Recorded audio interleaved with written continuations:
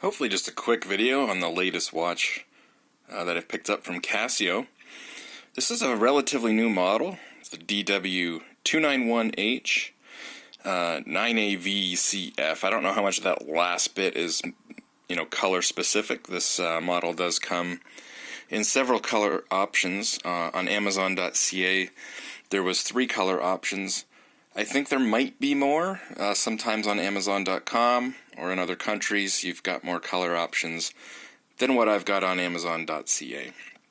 But out of the 3 color options that I had the choice for, I really gravitated to this one with the kind of gold and red accents on it. It's more of a throwback to the 80s colors than some of the other ones were. I've got this alongside the AE1200 Casio Royale and a G-Shock 5600 for a reason. I think that as far as the features go and the size and shape, it's actually got a lot in common with the 1200. And I've got the G-Shock out because, well, it is 200 meter water resistance, and I think a lot of people are familiar with the size of the 5600, and I wanted to show that it is a fair bit bigger than the 5600. So like the 1200, the 291 has advertised a 10-year battery. It's got a digital, and then it's got a digital representation of analog hands. So it's very similar in that regard. It's also got world time, so this one's got like 4 time zones it keeps track of, plus the full world time you can go through. I'll show you that. It's also very similar in the lighting. This has got like an LED light that's orangish, and it fills the screen fairly well. It looks like there's 2 LEDs, but it spreads out fairly well. And this one's very similar, if not identical. They both have the feature where you can set the delay, so I think that's on a 3-second. When you press it, it stays on for 3 seconds. And same with this one. When you press it, it stays on for 3 seconds. That is a setting. You can set either 1 second or 3 seconds. Same as on this one. You've got the option for how long the light stays on when you press the button. So again, it's very similar to the 1200 in a lot of ways, but it's 200 meter water resistant, like a G-Shock. So that's pretty impressive for the price.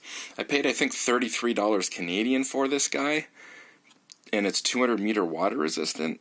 That's pretty cool. I also like the graphic of the 10-second counter.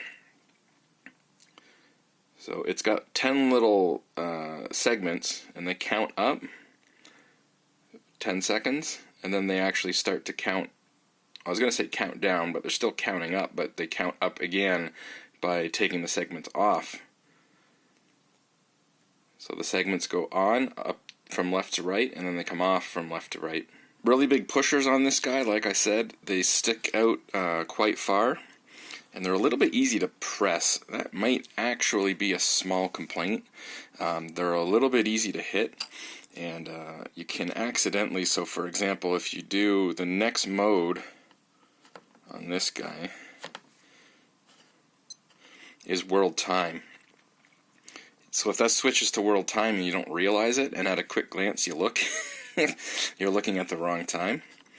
We've also got the alarm, timer, stopwatch, and then we go back to the regular timekeeping. It does have a different beep when the mode cycles all the way through, as does the 1200. So it's almost got the same modes. The buttons are in the same placement. This is the mode button on both. The light is top right on both. Very similar to the 1200, but the water resistance goes from 100 meters to 200 meters. The search will search through your preset time zones, so you can have 4 time zones. T1 is going to be your home time, so just always remember that. You set it to what T1 is, and then you can set what these other 3 time zones are going to be. When it's in world time mode, that will literally cycle through every single time zone. That's the other thing. So like I said, you gotta watch this thing. If you accidentally push the pusher and you go into world time zone without realizing it, you're looking at the wrong time. And same with if you hit search. So now I'm on my time zone 2. I've actually had both of these scenarios happen, where I looked at the watch, and at one point it was in world timer mode without me realizing it. And it took me a second to realize the time I wasn't looking at was right. And I had one time where the search button got hit, and again it was on a different time zone. And at a quick glance I was like, hey, that time doesn't seem right. So you've got two buttons here that will change the time zone that you're looking at. And again, the pushers are large, they stick out very far, and they're a little easy to hit. You know, that's not as much of a problem with this one. They're not as big, they don't stick out as far. And on something like a G-Shock, they're quite recessed and harder to push. So that's my really only complaint with this. Within a few days of wearing it, I've had two incidents where one of these buttons got pressed without me realizing it, and when I went to look at the time, I realized it was not the right time. Now, in the watch's defense, it will always show the day of the week in the top left corner if you're in regular timekeeping mode and you're in your T1 time zone. Now, as soon as you switch it to world time, now it's showing you a time zone there instead of the day of the week. And same if we accidentally change one of the preset 4 time zones. So when we're on T3 London, it won't go back to showing the day and the date. So it is easy to, once you know that, it's easy to notice that something's wrong. So when you go to T1 will it go back to showing the date. So they kind of saved it there. If it accidentally gets changed on the time zone, at least you can see it on the screen. But yeah, cool design. Some subtle details in there. There's almost like a carbon fiber appearance on the face that's very hard to notice until you get the right lighting on it. And yeah, it's also large. Obviously, it's a large watch, but the band is pretty large too. I've got large wrists, 8-inch wrists, and this thing fits with room to spare. So good watch if you've got big wrists. The 1200 is also, well, all of these are fairly big watches, but I did want to show that, you know, everyone's familiar with the 5600, the old G-Shock, and it is a fair bit bigger than that.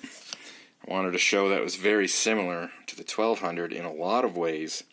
So that is it, the DW-291H. Pretty new model from Casio.